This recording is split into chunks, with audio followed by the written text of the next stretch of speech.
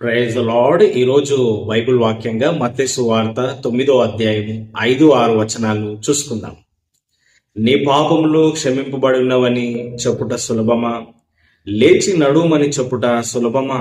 ఆయనను పాపములు క్షమించుటకు భూమి మీద మనుష్య కుమారునికి అధికారం కలదని మీరు తెలుసుకొనవలెను అని చెప్పి ఆయన పక్షవాయువు గల వాని చూచి, నీవు లేచి నీ మంచమెత్తుకొని నీ ఇంటికి పొమ్మని చెప్పగా. దేవునికి స్తోత్రం, మహిమ కలుగును గాక. చాలా అద్భుతమైన మాటలు ఇక్కడ మనము చూస్తా ఉన్నామండి. మరి కొంతమంది వ్యక్తులు పక్షవాయము రోగము ఉన్న ఆ వ్యక్తిని యేసుప్రభు వారి దగ్గరికి మంచం మీద మోసుకుంటూ తీసుకొని వచ్చినారు. పక్షవాతంతో ఉన్న వ్యక్తి నడవలేడు కదండి. యేసుక్రీస్తు ప్రభువారు ఆ వ్యక్తిని చూస్తా ఉన్నారు. ఆ వ్యక్తులను ఎవరైతే తీసుకొని వచ్చినారో వారిని కూడా చూస్తా ఉన్నాడు. వారి విశ్వాసాన్ని చూస్తా ఉన్నాడు. చూసి ఈ పక్షవాతంతో ఉన్న వ్యక్తిని ప్రభు స్వస్థపరుస్తా ఉన్నాడు కదండి. మరి ఆ పక్షవాతంతో ఉన్న వ్యక్తితో ప్రభు చూసినప్పుడు అతను పాపములు చేయడం ద్వారా ఆ రోగం వచ్చిందని ప్రభు గ్రహించి యేసుప్రభు వారు ఏమంటున్నాడంటే, కుమారుడా, నీ పాపములు క్షమింపబడి ఉన్నవి అని చెప్పినాడు. దేవునికి స్తోత్రం, మహిమ కలుగును గాక.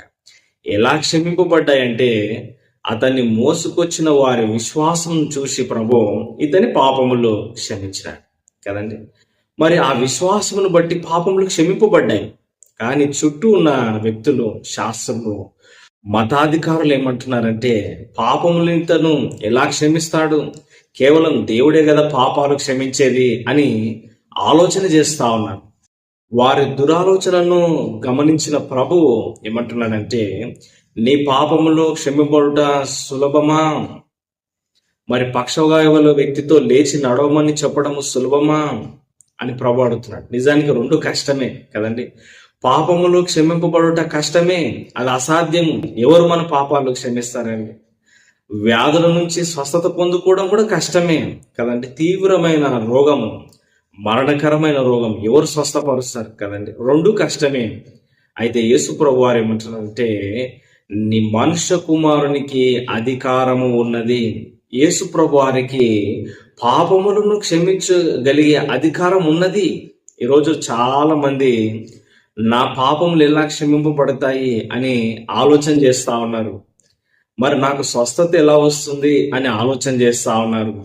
ఎన్నో పాపాలు చేసినాను, నేను మోక్షానికి చేరుకుంటానా అని ఆలోచన చేస్తా ఉన్నారు. నీకు ఒక శుభవార్త, యేసుక్రీస్తు ప్రభువారికి పాపములను క్షమించే అధికారం ఉంది.